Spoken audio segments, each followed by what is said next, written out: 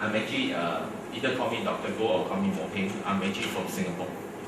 Okay, so the presentation today will be conducted in English, and if there's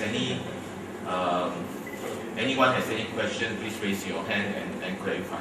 Okay. The other thing is, for those who have Singaporean friends, you know there's one problem about Singaporean. As they talk faster. This morning, I would like to thank the organizers. On the invitation, there's two parts to this presentation. The morning presentation will focus on the standards, the ISO 22301 standard. How many of you have heard of the standard? Anyone? One? Anyone else? Okay, then it's going to be a very long discussion because this is a standard.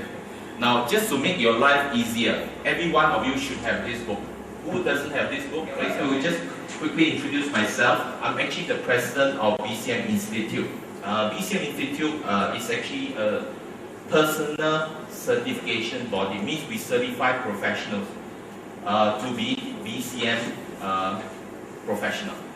Means it's like accountant. If you are a CPA, you are not a chartered accountant. In BCP we have business continuous certified expert in our context. Most of our customers currently are banks. Okay, for example, we just finished the whole BCA recently. Even the boss just came to Singapore last week, 2 weeks ago, just to be certified. This standard has been written, and the good news is this.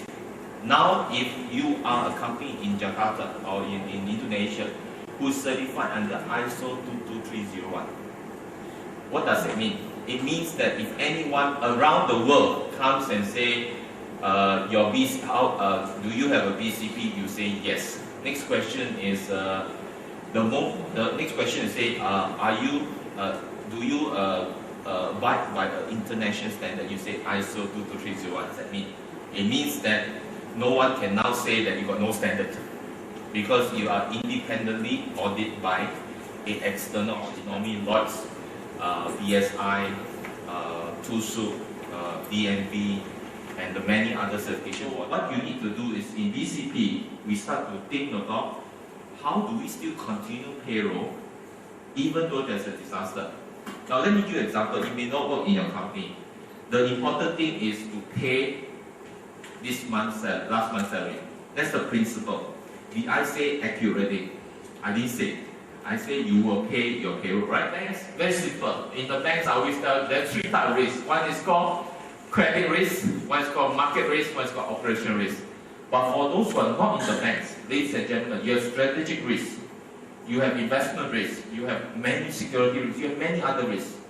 Have you actually identified all these things?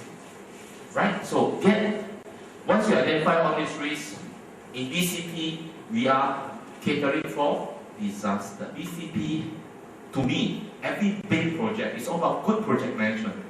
Take one step at a time. And each deliverables must contribute to the next phase. EECA, for those who know ISO.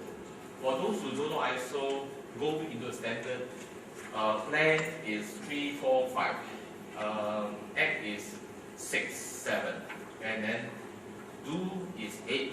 And 9 and 10 is plan, do, check. So I found roles and responsibility very powerful, because what I'm going to say is, you are head of department, you will ensure that your critical business function continue to run. But during a disaster, you say, but there's no procedure. But your responsibility is very clear. I don't care what happens, you will run your critical business function. And if it's affected by another department, you go over to the department and beat them out and get it done.